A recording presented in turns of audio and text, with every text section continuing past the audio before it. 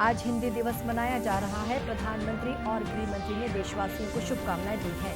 गृह मंत्री ने अपने संदेश में लोगों से हिंदी में काम करते हुए संवैधानिक दायित्वों का पालन करने की अपील की। केंद्रीय सूचना और प्रसारण मंत्री अनुराग ठाकुर ने कहा है कि देश में 75 करोड़ कोविड टीके लगाए जाना एक उपलब्धि। उन्होंने सभी नागरिकों से कोविड रोधी टीका लगाने किया आह्वान।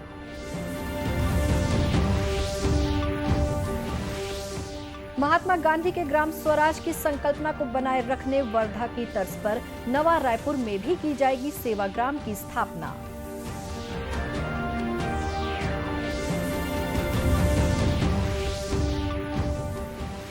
और भिलाई में संचालित ईएसआईसी अस्पताल में श्रमिकों और उनके परिजनों को मिल रही हैं निःशुल्क इलाज की सुविधाएं।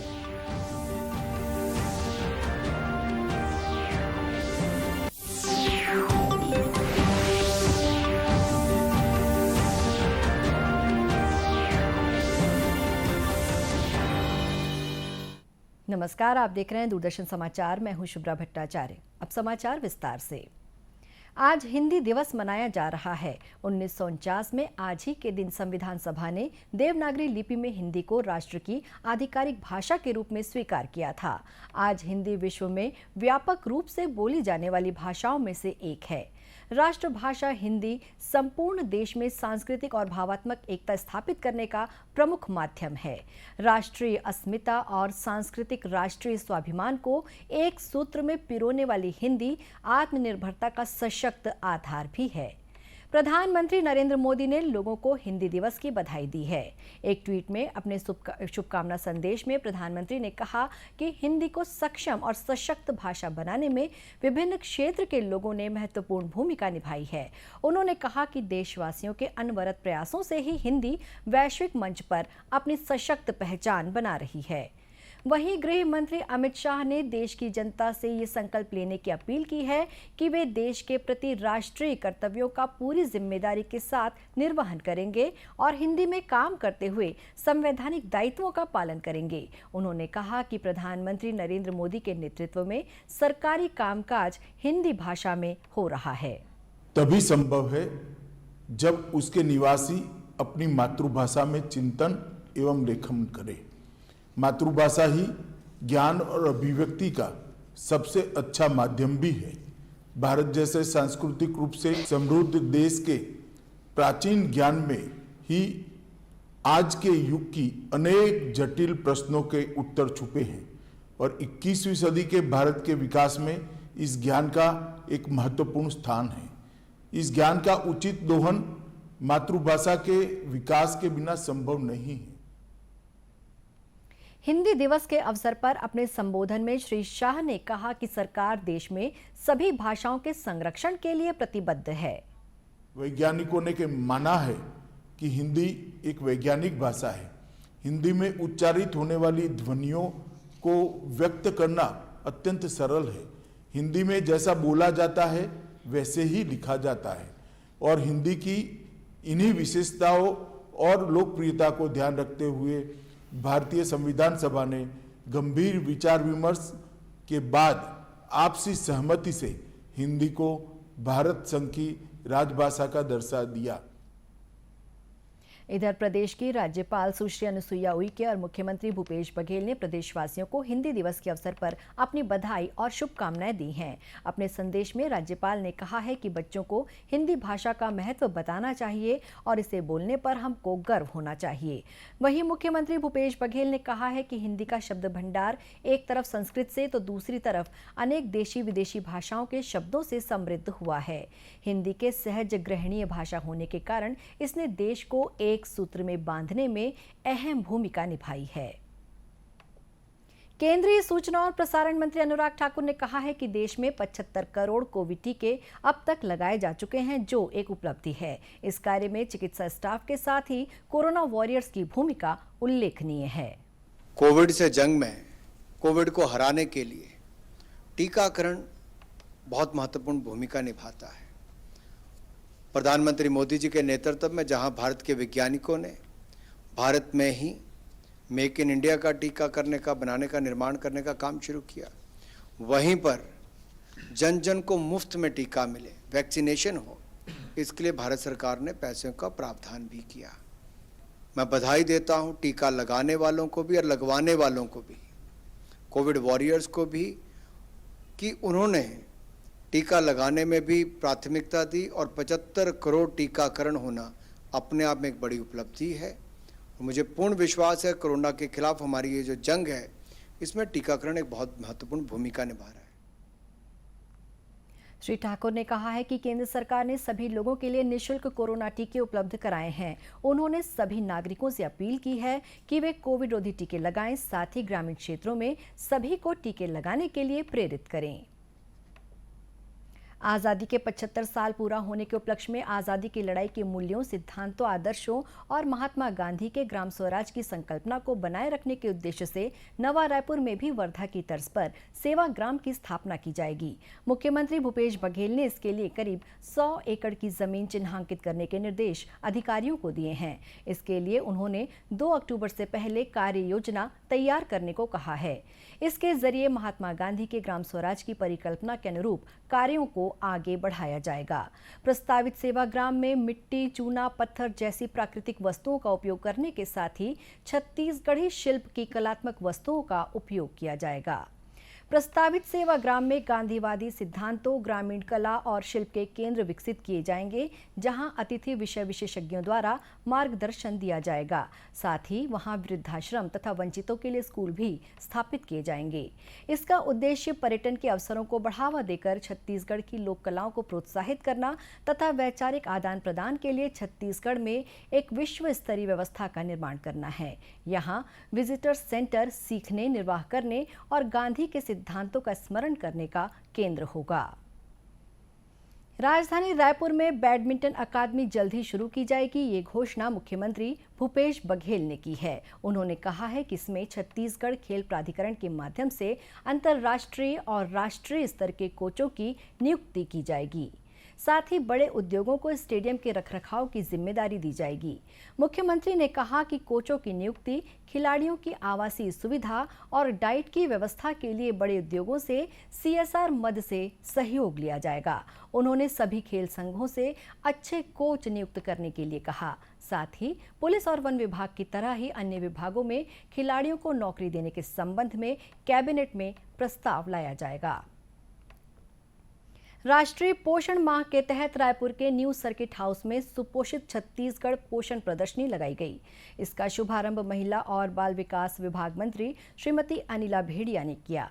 इस प्रदर्शनी में छत्तीसगढ़ के अनाज, रेडी टू ईट से तैयार विभिन्न व्यंजनों और भाजियों की प्रदर्शनी लगाई गई। इस अवसर पर श्रीमती भेड़िया ने कहा कि पोषण विविधता के उपयोग से बच्चों और महिलाओं में कुपोषण की कमी दूर करने में मदद मिलेगी।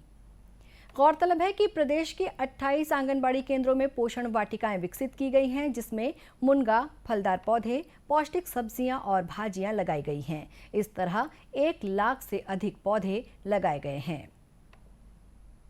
राष्ट्रीय पोषण माह के तहत प्रदेश में बच्चों और गर्भवती महिलाओं को पोषण युक्त आहार आंगनबाड़ी केंद्रों में प्रदान किया जा रहा है। इसी कड़ी में बलरामपुर जिले में लोगों को कुपोषण से बचाव के बारे में जानकारी दी जा रही है। साथ ही उन्हें पोषण युक्त आहार और हरी सब्जियों के सेवन के लिए प्रेरित किया जा रहा है।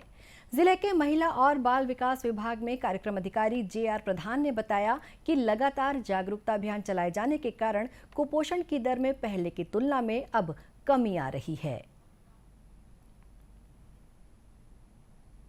राष्ट्रीय पोषण माह को 4 भागों में बांटे हैं। पहला सप्ताह, दूसरा सप्ताह, तीसरा सप्ताह।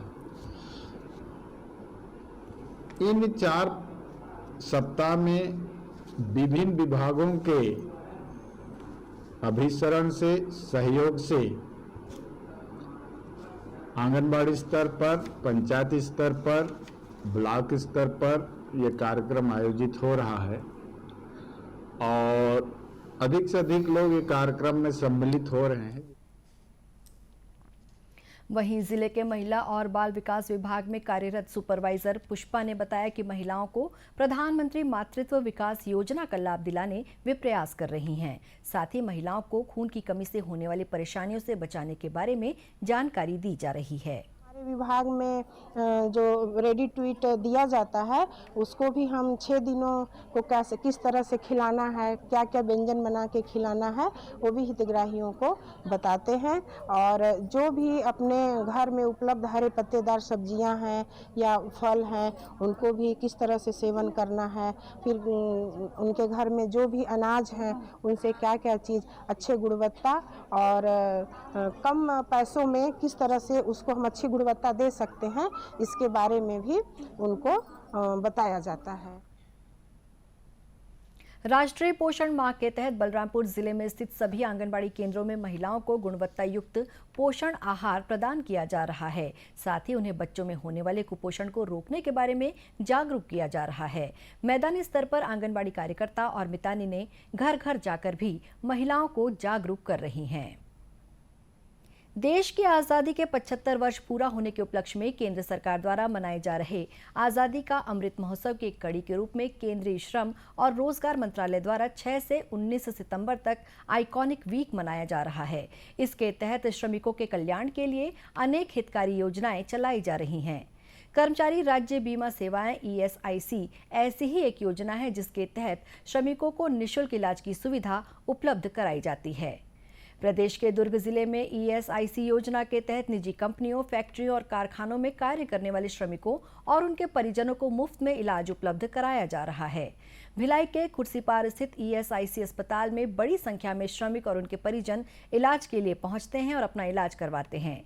इस संबंध में श्रमिकों के परिजनों ने बताया कि उनके इलाज का पूरा खर्च कर्मचारी राज्य बीमा निगम द्वारा वहन किया जाता है। अस्पताल नहीं होता सर तो प्राइवेट हॉस्पिटल में बहुत खर्चा रहता है और लंबा लाइन के चक्कर में वो चक्कर काटते रहो, ये वाला सिस्टम हो जाता है। अभी सवेरे जाओगे तो शाम को मिलता है पर्ची, शाम को आना बोलता है, और यहाँ आओगे तो तुरंत का तुरंत हो जाता है। कारी मोहन मुरली, भिलाई में रहता हूँ। भिलाई स्टील प्लांट में प्राइवेट जॉब करता हूँ जिसमें लेथ ऑपरेटर हूँ। और ESI का इलाज बहुत अच्छी तरह होता है यहाँ पे भिलाई में। फिलहाल दवाई वाई एकदम अच्छा सही शॉट मिल रहा है, कोई प्रॉब्लम नहीं होता है। हम लोगों को राहत है, प्राइवेट स्कूल हॉस्पिटल में जाना नहीं पड़ता है, पैसा लगता नहीं है, यहाँ ठीक लगता है। दवाई समय पर मिल जाता है, जो भी दवा। वहीं अस्पताल के प्रभारी डॉक्टर दिलीप कुमार खोबरागढ़े ने बताया कि यहाँ आने वाले मरीजों को मुफ्त में दवाइयाँ दी जाती हैं। साथ ही गंभीर मरीजों को इलाज के लिए निजी अस्पतालों में स्थानांतरित किया जाता है। जो कि किसी भी प्राइवेट कंपनीज़ में, होटल में, टॉकीज़ में या स्कूल में या जहाँ भी गैर शासकीय संस्था है, जहाँ भी 10 से अधिक श्रमिक भाई काम करते हैं, उनके ऊपर ये एक्ट लागू होता है। ये श्रम विभाग के अंतर्गत आता है और इसमें जिनको भी 21,000 रुपये तनख्वाह मिल रही है, वहाँ तक के श्रमिक भाई इसमें कवर रहते हैं। इन श्रमिकों में बीमित व्यक्ति एवं उनके परिवार के सदस्यों को चिकित्सा हित लाभ पात्रता प्रदान की जाती है। ये टोटल कैशलेस सुविधा रहती है। इसमें मरीजों को औषधालय में आने पे प्राथमिक उपचार हर तरह से दिया जाता है।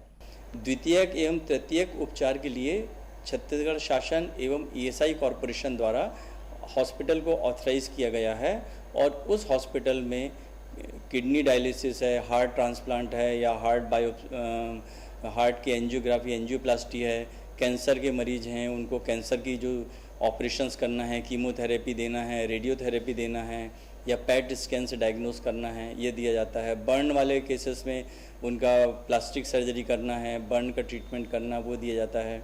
श्रमिक, अगर किसी भी श्रमिक की कंपनी में, फैक्ट्री में दुर्घटना हो जाती है काम करते वक्त, तो उनको पूरा श्रमिक हित लाभ पूरा दिया जाता है।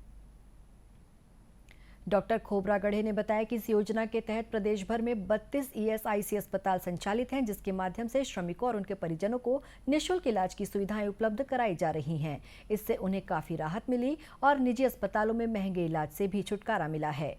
गौरतलब है कि इलाज के लिए प्रीमियम राशि के तहत उनको मिलने वाली तनख्वाह में से सिर्फ 0.75% राशि और नियोक्ता की ओर से 3.25% राशि देय होती है। दूरदर्शन केंद्र रायपुर से प्रसारित होने वाले प्रादेशिक समाचार को आप YouTube पर भी देख सकते हैं। हमारे YouTube channel Chhattisgarh DD news पर प्रादेशिक समाचार उपलब्ध रहेगा। YouTube चैनल का लिंक और QR कोड आप स्क्रीन पर देख सकते हैं। अपने एंड्रॉयड फ़ोन से QR कोड स्कैन कर आप छत्तीसगढ़ DD न्यूज़ लिंक पर जा सकते हैं। इसके अलावा छत्तीसगढ़ डीडी न्यूज़ फेसबुक और ट्विटर पर भी उपलब्ध है। इसी के साथ ये समाचार बुलेटिन समाप्त हुआ। नमस्कार।